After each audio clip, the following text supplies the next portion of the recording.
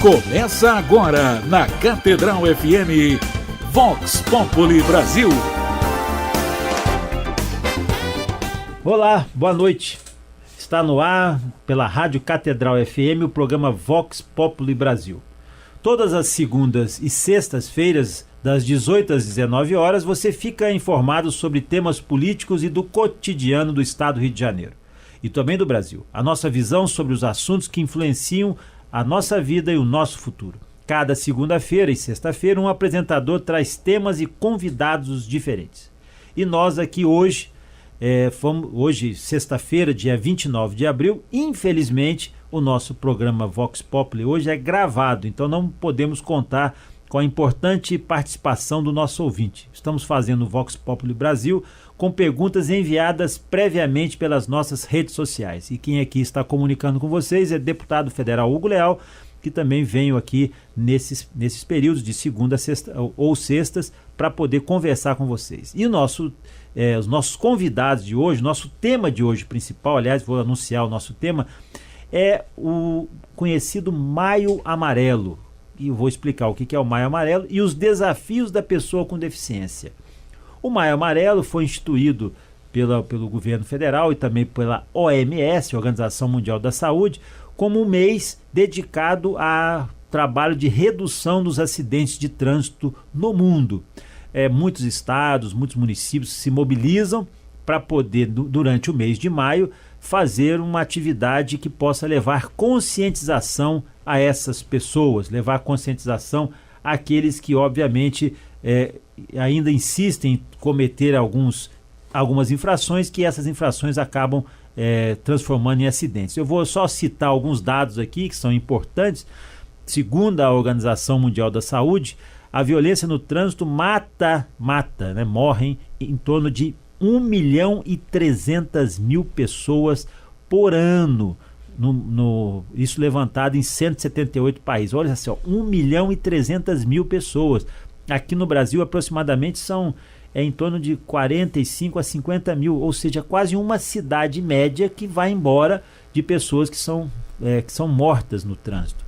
Bom, esse é um tema que preocupa, mas nós vamos aqui no nosso programa hoje dar um foco especial nos outros 50 milhões de pessoas que sobrevivem com sequelas dos acidentes de trânsito. Esse é o foco do nosso trabalho aqui hoje, do nosso debate. O que acontece com essas pessoas que sofrem sequelas, principalmente aqui no Brasil, os acidentados, por exemplo, de motocicleta. E fora os atropelados, ciclistas, motociclistas. Eu estou falando motocicletas porque infelizmente tem crescido vertiginosamente. E no mundo, a causa principal, o acidente de trânsito, está na faixa etária de 15 a 29 anos. Ou seja, nesta faixa etária de 15 a 29 anos, e aqui no Brasil não é diferente, é a principal causa mortes no mundo. E aqui no Brasil também, 15 a 29 anos, a questão do homicídio, aquele homicídio da violência urbana, e o homicídio, entre aspas, aqui também dos acidentes de trânsito. E o volume, o valor que se gasta com isso, o custo desses acidentes no mundo é em torno de 518 bilhões de reais. É isso mesmo que você está ouvindo, 518 bilhões de reais só em custo com os acidentes, principalmente com as mortes. E aí a OMS acha que se nada for feito, se não houver um esforço de redução desses acidentes, nós vamos chegar em 2020, entre 2020 e 2030, a 2 milhões de pessoas que irão morrer por acidentes de trânsito. Isso é uma calamidade, é mais do que uma guerra, é uma coisa que nos preocupa muito e, por óbvio, nós vamos continuar tendo um absurdo de pessoas que se tornam sequeladas. Então nós vamos falar um pouquinho aqui, nós falamos aqui do Maio Amarelo, começa no mês que vem, aliás, na semana que vem, e estimular as pessoas a produzir material, e aí não é só um mês que é feito para as instituições públicas, ou é para todos, para a sociedade civil organizada, dedicar o maio, e por que o maio? Porque foi o ano que iniciou a década mundial das ações de segurança viária no mundo, isso foi dia 11 de maio de 2011, e vai até maio de 2020. Então o mês de maio ficou estabelecido que seria esse mês de prevenção. E a cor amarela, por óbvio que quando você vê o sinal de trânsito, vermelho, verde e o amarelo o quê? Chamar a atenção para a situação que se encontra as vítimas de trânsito. E nós vamos aqui hoje falar exatamente, não dos mortos, que esses infelizmente nós não podemos fazer nada. Nós vamos falar aqui dos desafios da pessoa com deficiência, né? Infelizmente daqueles que ficam sequelados. E nós temos hoje aqui, eu tenho a gratíssima oportunidade e a presença da nossa querida Tereza Costa do Amaral, que é superintendente do Instituto Brasileiro dos Direitos da Pessoa com Deficiência, o IBDD, e também da assistente social Cildésia Carvalho de Oliveira, da Associação, é isso mesmo? Cardoso, viu? Tem um erro aqui da minha assessoria que passou errado. Cildésia Cardoso de Oliveira, da Associação Fluminense de Reabilitação. Então eu começo dando meu boa noite à minha querida Tereza do Amaral, para falar, quer dizer, para dar o seu boa noite, dar as boas-vindas aqui, sobre esse tema que preocupa. Boa noite, Tereza. Boa noite também, ouvintes. Agradeço muito, né, ter sido convidada para esse bate-papo com todos. É importantíssima a questão da prevenção de deficiências e, no caso específico, a prevenção de acidentes de trânsito que levem a deficiências, porque nós sabemos que grande parte dos recursos despendidos com atendimento em saúde, depois com toda a dificuldade se a pessoa fica inválida, enfim, todos os custos que se recaem sobre o atendimento a uma pessoa que fica com problemas de saúde e de deficiência são muito maiores do que um simples programa de prevenção. Então, prevenir realmente mais do que cortar custos, fazer com que as pessoas possam evitar, né, ficarem deficientes. Isso. Claro que esse é um movimento que a sociedade precisa fazer como um todo, porque se nós, associações, fazemos esse movimento, nós fazemos um movimento de recuperar a qualidade de vida, né? Nós trabalhamos com a reabilitação, nós trabalhamos com defesa de direitos, mas evitar que a pessoa fique com uma deficiência é o grande movimento que precisa ser feito hoje, principalmente com todas as técnicas modernas de reabilitação, com todas as técnicas modernas de medicina de reabilitação. Então, hoje nós temos todo um quadro de apoio a essas pessoas com deficiências que nós podemos evitar que elas tenham uma vida que seja cortada naquele momento do acidente, né? A vida continua além do acidente para a pessoa que fica com uma lesão. Mas para isso ela precisa ser muito bem atendida. É preciso que a gente faça um esforço nesse sentido. Tereza, exatamente isso que é o objetivo do nosso programa hoje. Nós queremos falar da prevenção dos acidentes de trânsito, mas com foco para mostrar o seguinte: e esses sequelados? No Brasil, são em torno de 400 mil pessoas que acabam tendo sequelas em acidentes de trânsito. 400 mil pessoas é muita gente que ficam com sequelas. O que acontece com a vida desse indivíduo?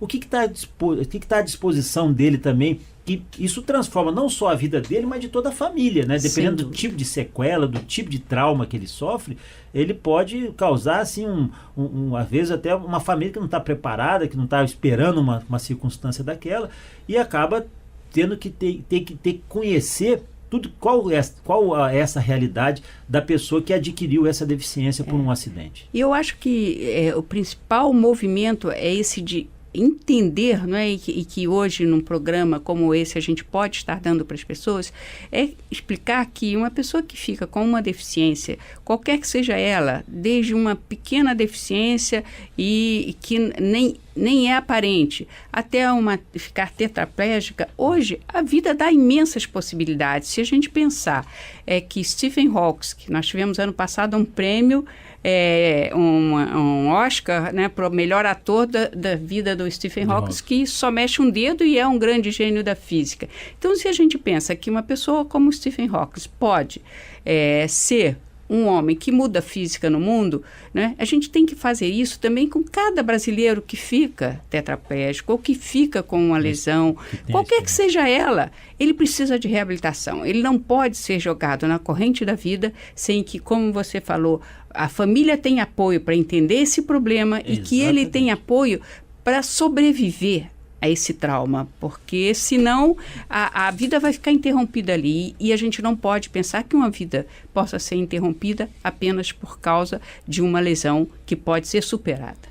É isso, esse aqui é o objetivo do nosso programa aqui hoje, falar um pouco do que acontece depois dos acidentes de trânsito, quando infelizmente a pessoa perde a vida. O que cabe a nós é orar pela sua alma, pedir que ela possa ser acolhida e ser uma intercessora nossa no ambiente que ela estiver, especialmente próximo ao Pai. Agora, quando ela fica, o que nós precisamos fazer? E agora eu vou aqui fazer uma pergunta também a Cildésia Cardoso, que é da Associação Fluminense de Reabilitação, e eu conheço há muitos anos a Associação Fluminense, que faz um belíssimo trabalho também de recuperação, porque depois do acidente, e a gente vai voltar aqui com a Tereza daqui a pouco, porque a gente vai falar sobre inserção em mercado de trabalho para a pessoa com deficiência. Isso é importantíssimo, você vai ver como esse programa vai ser útil. Agora, deu a deficiência, deu o acidente, ficou com a deficiência, como é que funciona? Me fala um pouco também, Cildésia, esse trabalho da Associação Fluminense de Reabilitação. Boa noite, eu queria agradecer essa oportunidade em nome da Associação Fluminense de Reabilitação, de poder estar aqui esclarecendo as dúvidas das pessoas, dos familiares e das pessoas que estão nos escutando, né? A Associação Fluminense de Reabilitação é uma instituição filantrópica que existe há mais de 50 anos, prestando serviço de reabilitação física e, ultimamente, ele é o Centro Especializado em Reabilitação Física e Intelectual. E é o único centro de reabilitação do Estado do Rio de Janeiro habilitado junto à Secretaria Municipal de Saúde para a reabilitação de vítimas de acidentes de trânsito. Olha, inclusive com dispensação de órteses e próteses das nossas oficinas. Eu já posso dar testemunho aqui, que a Cildésia está falando, eu já quero falar um pouco aqui, desculpa te atropelar, mas eu estive lá e fui testemunha da oficina de próteses. Eles fabricam as próprias próteses. É impressionante, eu fiquei assim muito chocado positivamente do que eu vi, do que eu tive a oportunidade de visitar. Aliás, mando um beijo, um abraço especial ao nosso Telmo, que está dando continuidade, toda a equipe, né, da FR, porque eu vi que aquilo funcionando, né, as próteses, como são feitas, é todo um trabalho artesanal, tem uma característica industrial, mas é artesanal. Então, parabéns. Então, você estava falando, eu estou só querendo reforçar esse trabalho que a associação faz, porque às vezes as pessoas ficam sem referência, né, Cildésia? Às vezes a pessoa tem até uma instituição como essa, como outras tem aqui, a FR funciona lá em Niterói, mas nós temos aqui no Rio também, e ficam sem referência de buscar esse tipo de tratamento. Tem muitos acidentados lá de trânsito? Nós temos, no momento, nós estamos atendendo 95 acidentados de trânsito. Então, a gente percebe, né, que existem muitos acidentes e que essas pessoas não são encaminhadas ao centro de reabilitação. A sua grande maioria não é encaminhada ao centro de reabilitação, porque um número desse é muito pequeno. Ainda é pequeno. Pela quantidade de acidentes que a gente sabe. Nós procuramos fazer juntos aos hospitais, aos postos de saúde, tudo, uma divulgação desse nosso trabalho. O trabalho de reabilitação, porque nós já trabalhamos média e alta complexidade, né, e a parte do intelectual. E às vezes, foi como a Tereza falou, às vezes a pessoa tem uma deficiência pequena, acha que não precisa. Não precisa naquela hora, depois a deficiência vai piorando. E ele estando no centro de reabilitação, quando ele chega no centro de reabilitação, ele é atendido por uma equipe. Lá na associação é assim, a porta de entrada é o serviço social, que a família chega lá pedindo um atendimento.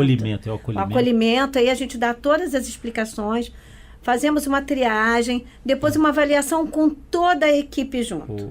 Cildésia, eu vou interromper um minutinho você aqui, porque eu quero saber um pouco mais desse detalhe, porque esse é o primeiro impacto, né? Se a pessoa buscar esse atendimento, depois nós vamos falar sobre a questão do mercado de trabalho, mas nós vamos ter que fazer um rapidíssimo intervalo. Daqui a pouco nós voltamos com o programa Vox Populi Brasil, falando do Maio Amarelo, mas dos desafios da pessoa com deficiência. Você está ouvindo Vox Populi Brasil. Bom, estamos de volta aqui com o nosso programa Vox Populi Brasil. Hoje, dia 29 de abril, sexta-feira, falando sobre o Maio Amarelo, a campanha de prevenção que vai iniciar na semana que vem, e os desafios da pessoa com deficiência. O que nós fazemos, o que acontece depois dos acidentes, né? Infelizmente, com os falecidos, nós temos que orar pela sua alma. Mas e aquelas pessoas que estão sequeladas? Nós estamos conversando aqui hoje com a nossa querida Tereza Costa do Amaral e também com a assistente social da AFR, a Cildésia Cardoso de Oliveira. Nós estamos aqui tratando desse assunto, preocupados. E nós, no nosso intervalo aqui, a Cildésia estava falando que lá hoje, na AFR, estão sendo atendidos acidentados de trânsito 95. Esse atendimento, como você falou, faz a primeira triagem na assistência social, depois ele vai fazer o encaminhamento, fisioterapia, aí vai fazendo todos os... Quais são os tratamentos? A nossa avaliação, a nossa equipe é uma equipe interdisciplinar, tá? Com vários profissionais. Então, nós temos fisioterapia, terapia ocupacional, psicologia, fonoaudiologia e o departamento médico e o serviço social, né? Que sou eu. Então, a gente avalia essa família com a pessoa junto para que ele não precise contar 10 vezes a mesma história. Então, ele já contou para o médico e agora a gente vai fazer ali aquela avaliação. Deixa eu só interromper e fazer uma pergunta aqui, porque essa pergunta veio para a gente durante o nosso trabalho, porque a gente deixa aberto durante uma semana sobre o tema. E a pergunta é exatamente essa. Quando acontece um acidente como esse, e aqui foi o Tiago Pereira de Nova Iguaçu que fez essa pergunta, quando acontece um acidente como esse, quer dizer, é claro que fica o acidentado, o sequelado, mas a família tem que participar, né? Acaba que a família toda tem que se envolver, porque é um assunto que a família chega lá para falar de um evento doloroso, né? Isso. Por um acidente. Eu falo muito isso para os meus estagiários. Eles precisam ser acolhidos. A gente tem que acolher aquela família, né? Orientar os direitos que ela tem, aonde ela vai buscar esses direitos para ver se ela consegue chegar ao centro de reabilitação.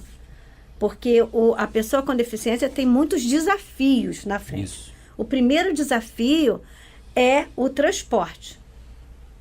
O primeiro desafio é impressionante, né? Ele pode ter ido lá por causa de um acidente de trânsito, que também pode estar transporte, moto e carro. E aí, como é que ele vai agora se locomover? A mobilidade. Aí a gente conta com os transportes municipais, que infelizmente poucos funcionam.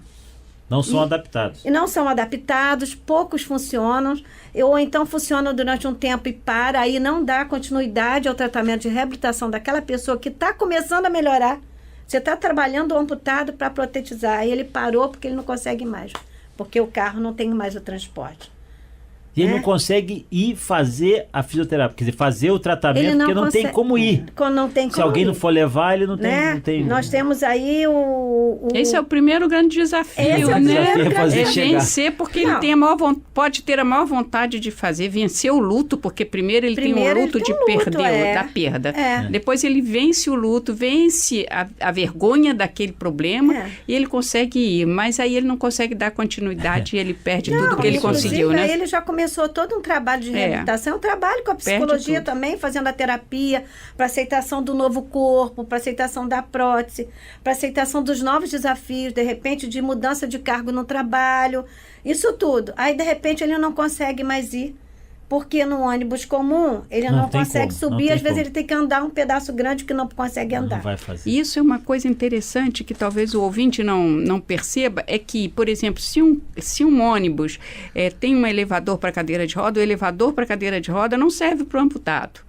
Então, é uma dificuldade a pessoa amputada entrar no transporte público. Às vezes mais difícil até do que o cadeirante, ou tão difícil quanto, porque ele não consegue subir em degraus muito altos, ele não consegue, às vezes, se segurar no ônibus, não. Então, isso tudo é um mundo que a gente, no nosso dia a dia de pessoa que não tem deficiência, não percebe, né? Não percebe que mesmo que o ônibus tenha um elevador elevador, ele para no meio da rua, aí não adianta nada ter o elevador, né? Ou ele para fora do ponto, não adianta ter. É muito depois do centro de reabilitação. Sem dúvida, e aí não adianta, né? Ou é longe do emprego dele quando ele consegue um emprego, ou é longe da casa dele quando ele consegue. Então, essas dificuldades, elas, como você começou falando, né? Eles terminam tendo tanta dificuldade no dia a dia que qualquer movimento é uma vitória. É uma vitória diária, uma batalha diária, exercer esse direito de ir e vir. Mas para isso nós temos o quê? Fortalecer esta família. Exato. Porque se essa família estiver com ele, nós vamos, estou aí, estou de mão dada, a família toda, ele consegue. Por isso que a pergunta do Tiago aqui foi exatamente isso, porque acaba que a deficiência envolve toda a família, né? As pessoas que vão, durante um período, levar, acompanhar, até ele ter um pouco mais de liberdade para poder assumir. Agora, a Tereza estava falando uma coisa interessante, porque eu me lembro muito bem dessa briga aqui, briga no sentido sempre positivo, na disputa, junto até com as empresas de ônibus aqui no Rio. Né? Você teve um trabalho importantíssimo isso, cobrando isso, porque a percepção das pessoas dizendo assim, se eu botar uma plataforma é caro, né, uma plataforma é cara, ele acha que se tem 100 ônibus, botar em 5 ônibus já está resolvido o problema. Não funciona assim. Não. A adaptação, o que eu falo aqui, normalmente quando trato com pessoa com deficiência, a gente tem que falar pessoa com deficiência e baixa mobilidade. Um dia todos nós teremos baixa mobilidade, que é natural, o nosso corpo não vai ter dificuldade de mobilidade. Então, aquela rampinha que tem na calçada, você fala assim, isso aqui é para cadeira de roda. Não é só para cadeira de roda, não. Que às vezes você pode sofrer até um acidente doméstico e ficar com baixa mobilidade, com baixa... Então, isso é bom para... Não é só aquele universo da pessoa com deficiência permanente, e sim também com a pessoa com deficiência temporária. Isso que as pessoas não compreendem. E tem uma questão que eu sempre coloco, que é o seguinte, muitas pessoas ficam cegas por acidente de trânsito. Sim. Né? E a gente nunca pensa nisso, né? O cego, por exemplo, no Brasil, ele para pegar um ônibus é uma loucura. Ele só pode pegar um ônibus com ajuda. Ele só pode atravessar uma rua com uma ajuda. No Rio só tem um sinal, que é em frente ao Benjamin Constant, e em Niterói, o pouco que tinha lá em frente à Associação de Cegos estava quebrado. Eu tentei muito fazer com que eles consertassem esse sinal lá de Niterói. Não sei se hoje está funcionando ou não, porque ele funciona e para de funcionar. Mas é um absurdo que uma cidade do tamanho do Rio não tenha esse mínimo de respeito pelo cidadão. Né? A faixa que faz para cego não serve para nada, porque ela é colocada num lugar totalmente errado. O piso tátil, que é uma coisa fundamental para quem tem, que tem problema de deficiência visual. O piso tátil é ele que baliza a pessoa. Exatamente, que vai permitir a uma pessoa poder ter uma certa independência de mobilidade. Então, todas essas questões têm, né? Até para o nosso ouvinte entender o que eu falo de piso tátil, gente, é aquele piso que, quando você vê um piso diferente do outro, amarelinho, azul, né? Você vê na calçada um piso, por que botar esse piso aqui? É para pessoa que tem deficiência. Você tem que entender que o mundo é feito para todos. Essas nós chamamos aqui de inclusão. É isso que nós chamamos de inclusão. E para falar em inclusão aqui, a gente está discutindo aqui, eu gosto muito dessa forma do programa, porque fica muito à vontade, as pessoas têm que manifestar. E você, infelizmente, como hoje a gente não está podendo abrir para as perguntas, eu tenho outras aqui, mas a conversa está fluindo tão bem que eu vou deixar e vou fazer agora. Nós falamos aqui do trabalho da FR, o trabalho da Associação Fluminense de Reabilitação nessa recuperação, na família, na conscientização. Agora eu vou puxar um pouquinho para um outro lado, porque existe um outro momento dessa pessoa com deficiência. Porque às vezes, né, Cidésia, a pessoa sofre um acidente, um trauma desse, e às vezes ele trabalhava num trabalho, ou seja, tinha um emprego que permite a ele voltar mesmo com deficiência, mas em alguns casos não dá. Em alguns casos não. Então, aí para esses casos a gente vai ouvir um pouquinho da Tereza sobre o trabalho que o IBDD tem para a inclusão no mercado de trabalho e a preparação para esse novo emprego. Como é que funciona isso? Como é que foi esse trabalho do IBDD? Eu queria voltar um pouquinho para explicar até porquê da questão do mercado de trabalho para uma instituição de defesa de direitos. Não é? Nós fazemos o nosso trabalho no sentido bem amplo da questão da defesa de direitos, mas também num sentido bem direcionado. Por quê? Eu acredito que nós sejamos a primeira instituição no Brasil, e talvez a única, já aí eu não posso dizer, digo só talvez, que trabalha com ações na justiça para defender direitos violados. Então, nós fazemos ações, nós hoje temos cerca de 500 ações individuais para pessoas com deficiência que tiveram, de alguma forma, desrespeitado seus direitos. Desde, por exemplo, receber uma prótese adequada, porque a prótese que ele recebeu do Sistema Único de Saúde não é adequada, porque a cadeira de roda que ele recebeu não é adequada, ou porque ele precisa de uma medicação que ele vai ter que tomar o resto da vida e que ele não consegue, não é? Até mesmo questões, por exemplo, eu me lembro alguns anos atrás, nós tivemos um casal que não conseguia pegar ônibus, eram 2 cadeirantes e eles nunca podiam pegar um ônibus juntos, porque o ônibus não levava 2 cadeirantes. Não cabia as 2 pessoas. Então, essa defesa de direitos é muito apaixonante, porque é uma questão em que a gente vê ali todo dia construir um direito que foi desrespeitado. Nós temos ações civis públicas também que são voltadas para a questão do transporte, como nós falamos aqui, transporte acessível, para prédios públicos acessíveis e para prédios particulares de uso coletivo acessíveis. Essas ações civis públicas nós ganhamos todas. Algumas já estão, inclusive, voltando do Supremo, outras voltando de Brasília, do Superior Tribunal, e nós não conseguimos ainda ter implantado todo um sistema de ônibus acessível, os prédios públicos acessíveis.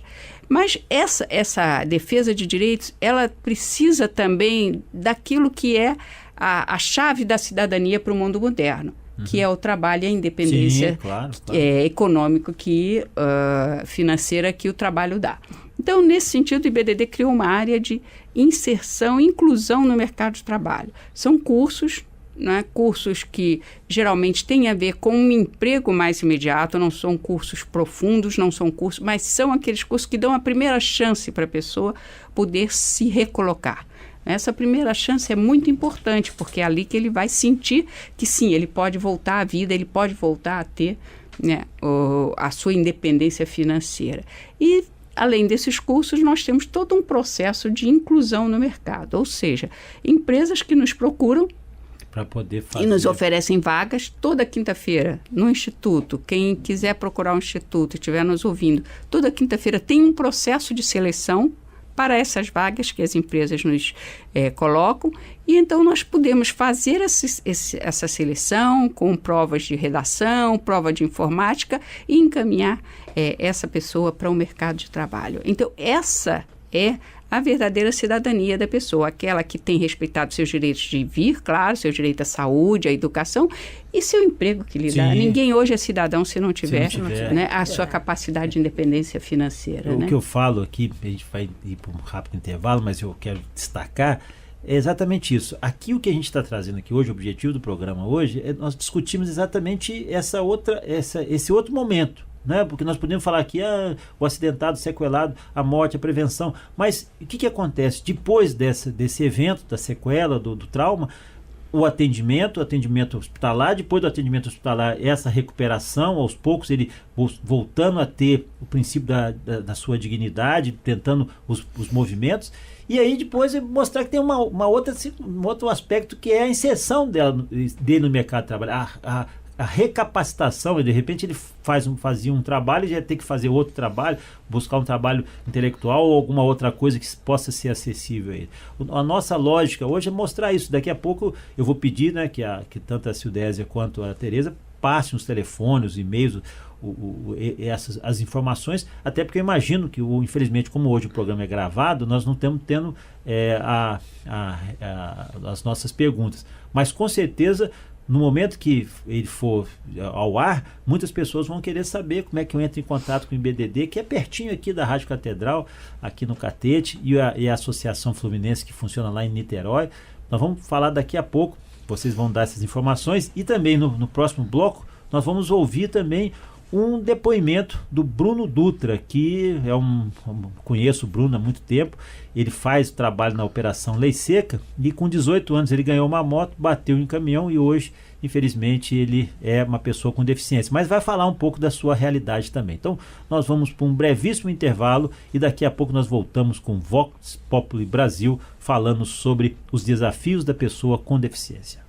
Você está ouvindo Vox Populi Brasil. Bom, estamos de volta aqui com o programa Vox Populi Brasil, na Catedral FM. Hoje falando sobre a questão da prevenção dos acidentes de trânsito, o Maio Amarelo, que inicia o mês que vem, e os desafios da pessoa com deficiência. No intervalo eu disse que nós iríamos conversar também, ouvir um pouco o depoimento do Bruno Dutra. Tem 35 anos, ele trabalha na Operação Lei Seca, eu já tive a oportunidade de estar com ele em alguns eventos, e ele tem um depoimento também sobre essa circunstância. Ele é um sequelado do trânsito e com tudo isso, com todas essa ocorrência, ele continua a sua vida dentro da atividade que lhe é permitida. Bruno, boa noite, satisfação em poder estar você falando conosco aqui com os ouvintes da Catedral FM. Boa noite. Bruno, me conta um pouco dessa sua história trágica. Aqui nós temos duas pessoas aqui, uma assistência social, a Cildésia e a Tereza, que obviamente são pessoas que já trabalham com pessoas com deficiência. Como é que foi o seu caso, Bruno? Então, você já deu até uma comentada, eu ganhei uma moto aos 18 anos de idade, né? Era uma febre na época, não era nem uma moto, era uma scooter. E eu enchi a paciência dos meus pais para ganhar a moto, ganhei. O combinado era só de andar por perto de casa, na casa do assim. amigo, de outro. Só que você vai ganhando confiança, achando que você é o cara. E quando eu vi, estava fazendo noitada com a moto, indo pra praia. E aí, num domingo, eu fui pra noitada com a moto e fiquei com os amigos até mais tarde. Segunda-feira eu tinha que estar bem cedo na escola, era uma escola católica, tinha uma entrada muito rigorosa. E eu saí direto da noitada, só vim em casa para tomar um banho e voltar para a escola. E do caminho para a escola eu bati atrás de um caminhão, fraturei 2 vértebras da coluna, fiquei internado 4 meses, e aí continua a longa jornada até hoje. Já tem 17 anos essa brincadeira aí. 17 anos, Bruno? 17. Estou com 35, eu tinha 18. Depois que você teve o acidente, você foi buscar, além, obviamente, dos cuidados hospitalares, você depois foi buscar a reabilitação em algum local? Você fez reabilitação? Fez a inserção? E aonde foi? Eu tive várias passagens em várias situações. Eu cheguei a tentar fazer reabilitação na BDR, cheguei a fazer reabilitação na FR, fiz na Andef, fiz lá fora em Boston, morei lá fora 4 meses. Mas no final de tudo eu acabei me reabilitando em casa com a minha atual esposa. Mas acaba sendo... com minha fisioterapeuta. Acaba sendo assim mesmo. A Cildésia estava exatamente falando isso. Há um momento que a pessoa precisa de todo um acompanhamento, a família toda mobilizando, e depois, obviamente, a pessoa vai se conscientizar e sabendo que ela vai ter que conviver e fazer exatamente esse trabalho de conscientização. E depois você... No início é difícil, né? Mas a gente, com força de vontade e foco, a gente dá a volta por cima. E você, para voltar para o mercado de trabalho, você teve dificuldade? Você fez alguma outra coisa? Porque a Tereza, a do Amaral, do IBDD, o IBDD faz exatamente esse trabalho. Nós estávamos discutindo aqui a inclusão desses profissionais com deficiência no mercado de trabalho e o Centro de Desenvolvimento de Competências de Capacitação. Como é que foi para você? Curso técnico, né? Eu, na verdade, eu fiquei 8 anos em casa, né? Meus primeiros 8 anos de acidente foram em casa. Então, assim, eu sempre gostei muito de informática. E eu ficava fazendo cursos em casa, porque a realidade era outra, né? Há 15, 16 anos atrás. Hoje em dia já é difícil, mas antigamente era mais difícil ainda. Então, eu estudei bastante em casa, mas nada oficial, estudando na internet e tal. E depois de 8 anos, que quando eu comecei a ir para a rua de novo, eu tirei carteira, voltei a dirigir. E aí eu acabei tendo uma oportunidade de trabalhar na Secretaria de Acessibilidade, aqui de Niterói. Sim. Logo depois veio a Operação Lei Seca, que eu estou trabalhando já tem 7 anos. E assim que eu comecei com a Operação Lei Seca, eu também entrei para a faculdade, prestei vestibular, me formei, sou bacharel em Sistema de Informação. Que ótimo. E correndo atrás, como todo mundo. Mas é bem difícil, até você dar a volta por cima e decidir encarar todas as dificuldades. O campus que eu estudei não tinha acesso. Foi ter acesso depois de 2 anos eu fazendo faculdade. Olha só. Então, assim, ficou de legado para os próximos, mas quando eu comecei não tinha nada, foi bem complicado.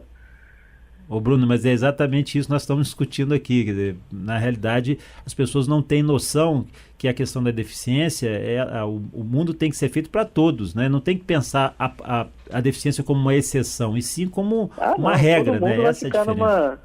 Assim como tinha eu na cadeira, a gente sabe que, poxa, tem pessoas que não tiveram uma oportunidade na época normal, na juventude, de estar estudando, e hoje em dia tem a vantagem de estudar. Então tinha muitos idosos na faculdade, pessoas que precisavam de um elevador, assim como eu, porque não podiam ser, o campus que eu estudei eram vários lances de escada, então para o idoso era muito complicado.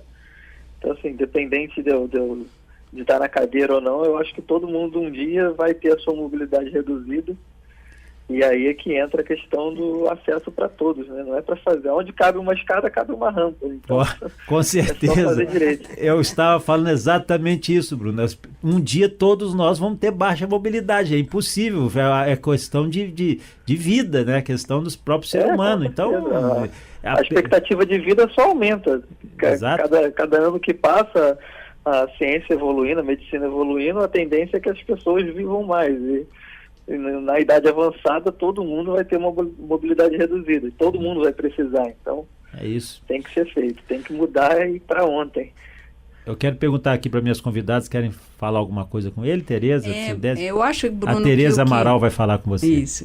Eu acho, Bruno, que o que você disse da dificuldade que você teve na sua vida de voltar ao emprego, ela é uma dificuldade permanente, não é? Eu me lembro de um estudo que eu li que se o Brasil resolvesse investir em prevenção de deficiências, de todas as formas de deficiência que nós temos aí, desde sistema de imunização até o sistema de prevenção de acidentes de trânsito, né?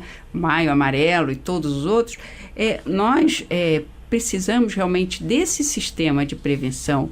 E se esse sistema de prevenção for combinado com um sistema de inclusão no mercado de trabalho, nós vamos ter aí os dois grandes pesos sobre os recursos do Estado, sobre os custos que o Estado tem com as pessoas com deficiência, reduzidos ao máximo. Eu me lembro que esse estudo, é um estudo de uns 30 anos atrás, mas que tenho certeza que ele não mudou, é como seria importante, não só em termos de vida, em qualidade de vida, mas também em termos de racionalização de atendimento e de custos, essa junção de prevenção com inclusão no mercado de trabalho. E o que eu acho que hoje nós temos de mais difícil, e aí com as Olimpíadas chegando e Paralimpíadas, é nós fazermos uma conscientização da sociedade. Porque se a sociedade não se conscientizar, ela não cobra do Estado. E se o Estado não for cobrado, ele não vai fazer nada. Ele não vai fazer um sistema de prevenção, ele não vai fazer um sistema de acessibilidade. Então, aí a sua faculdade, eu não sei se era particular ou pública? Particular. Era particular. Mas as faculdades particulares, por lei, são obrigadas a ter acessibilidade. O Brasil tem a melhor legislação das Américas e a menos respeitada.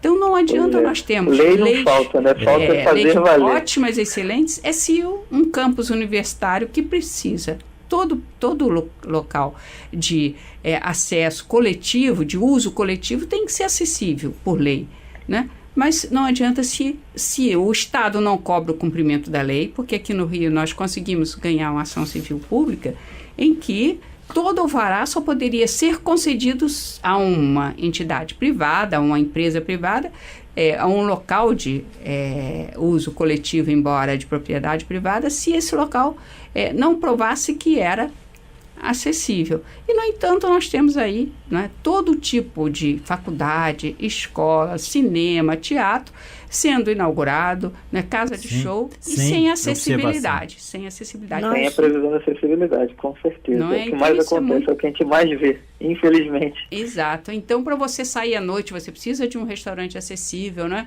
Para você entrar no ônibus, precisa que ele seja acessível, não adianta, né? Ônibus sim, 10 não, né? Então, assim... eu, graças a Deus, eu não vivo essa realidade do ônibus, mas sei como é difícil. Eu realizei treinamento de algumas empresas de ônibus para fazer o manuseio do equipamento, do elevador. mas é muito precário, é bem complicado. Então, eles não param, envolve muita coisa, então não é funcional. A pessoa que realmente depende do transporte público, pena, porque é algo, para começar, constrangedor, porque tem que se parar, no caso do ônibus, para o ônibus, o motorista tem que descer do ônibus para ir lá manusear o elevador demora uns 5 minutos o processo, com uma sirene altíssima no ouvido de todo mundo. Você vira a atenção, sendo a atenção de todo mundo, né?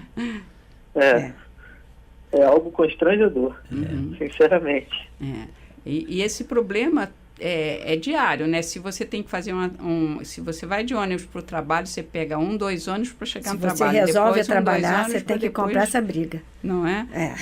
Então você tem que preparar um tempo muito maior do que o tempo que já é grande de uma pessoa. Tudo que você faz, você tem que fazer com bastante antecedência, porque com certeza você vai ter dificuldade na rua. Qualquer compromisso que eu pego, eu começo já a me agilizar umas 3 horas antes. Isso se for alguma coisa perto, porque eu sei que eu vou ter dificuldade na rua. Se eu for de ônibus, eu sei que eu vou ter dificuldade no ônibus. Se eu for de metrô, eu sei que eu vou ter dificuldade no metrô. Se eu for de carro, eu vou ter problema com vaga.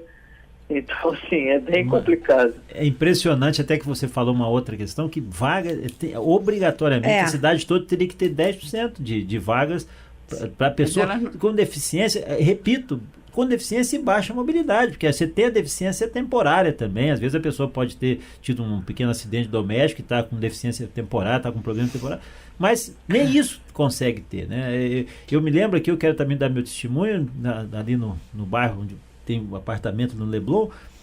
Eu fui instado a uma pessoa que também foi acidentado de trânsito, e ele passou a ser um deficiente, está com deficiência de mobilidade. O que aconteceu? Ele foi reclamar na prefeitura que não tinham placas de sinalização para esses locais de estacionamento. E ele mencionou, você é deputado, você poderia fazer isso para mim. Falei, mas você pode fazer. Não, eu já fiz, já reclamei. E eu fui falar com uma pessoa responsável do serviço urbano, de serviço de obras, e comentar sobre ele. Ele falou assim, não, mas você realmente tem previsão? Mas por que vocês não fazem? Porque ninguém reclamou. É o que eu falo. E depois de uma semana, uns 15 dias depois, ele veio agradecer a mim. Eles fizeram a sinalização, mas eu acho um absurdo ter que mobilizar alguém para poder falar de uma coisa que é legal. O direito da pessoa, é impressionante. Tem que mencionar. Eu tive que perguntar para ele, até constrangedor. Aí fizeram lá, botaram nas ruas, aonde tem, e obviamente perto da calçada com rampa, porque ela com rampa, e obviamente demarcado, porque senão o que acontece, que o Bruno acabou de falar, você não tem nem lugar para parar. E normalmente às vezes existem algumas pessoas sem nenhuma noção que param mesmo com deficiência. Tem esse problema, esse desafio, né? As pessoas que tinham que dar exemplo não dão. Recentemente em Niterói, eu fui na Câmara de Vereadores de Niterói, eu fui para uma reunião lá, e tinha um carro da equipe de um vereador lá parado na vaga de deficiência. Eu prefiro nem fazer. Eu, por trabalhar no governo, eu consegui agilizar um reboque para tirar o carro do cara de lá. Impressionante. Mas, assim, impressionante. Mas uma pessoa, digamos, que não tenha... Você não encontra ninguém na rua para reclamar. É difícil. Então, assim, você chega na rua, você fica vendido, porque você vê o carro parado na sua vaga e você não tem ninguém. A única solução que você tem é parar seu carro no meio da rua, que aí vai dar 10 minutos, vai vir um agente de trânsito, aí você vai resolver a situação. Mas você causa todo um transtorno, toda uma confusão que eu acho desnecessária. Mas não adianta. Assim como aconteceu com a lei seca. Enquanto ninguém pegar a lei e fizer uma política pública de governo, ou um trabalho, um projeto, em que se faça um projeto de educação e você realmente eduque as pessoas, não só multe. Prevenção. Prevenção, exatamente. Educação não vai mudar. Bruno, eu vou agradecer a você aqui, que nós estamos chegando no nosso final do programa. Eu preciso despedir de você, agradecer o seu depoimento, o seu testemunho. Eu que agradeço. E vou pedir aqui para tanto... Tá, muito obrigado a você. A Sildésia Cardoso e a Tereza, para poder passar os Os dados da FR, qual é o telefone? O telefone da FR é 2109-2626. Vamos repetindo, 2109-2626. Fica em Niterói. Fica na rua Lopes Trovão 301. Lopes Trovão 301, em Icaraí. Repetindo o telefone? 2109-2626. Isso, a FR é a Cildese, é assistente social, e lá tem uma série de profissionais para atender. Tereza, satisfação também, você dá os dados aí do IBDD, o telefone? Pois não, o nosso telefone é 3235-9290, também nosso e-mail... Peraí, repete aqui, 3235-9290. A gente esquece que a pessoa lá tem que pegar um papelzinho. Já sabe de cor, né? Então já vai rapidinho. 3235-9290. Isso. IBDD. IBDD também podem passar e-mail, porque a gente recebe, responde todo dia qualquer tipo de consulta sobre vaga, sobre emprego, sobre direitos. Então, qualquer tipo de dúvida, telefona. Site, né? O site é www.ibdd.org.br. É sempre um prazer receber e poder ajudar a quem nos procura. Que maravilha. Estamos aqui, então, chegando ao final do nosso programa. A gente vai ter que repetir esse programa, não tenho dúvida, nem as perguntas que eu recebi dos ouvintes eu consegui fazer. Eu quero agradecer a presidente da Cildese, agradecer a presença da Tereza. Com certeza, nós geramos uma expectativa aqui para as pessoas que ainda que têm conhecimento, poder levar esse conforto às pessoas com deficiência. E agradecer ao Bruno também. Muito obrigado, boa noite e fiquem com Deus. A Rádio Catedral apresentou Vox Populi Brasil.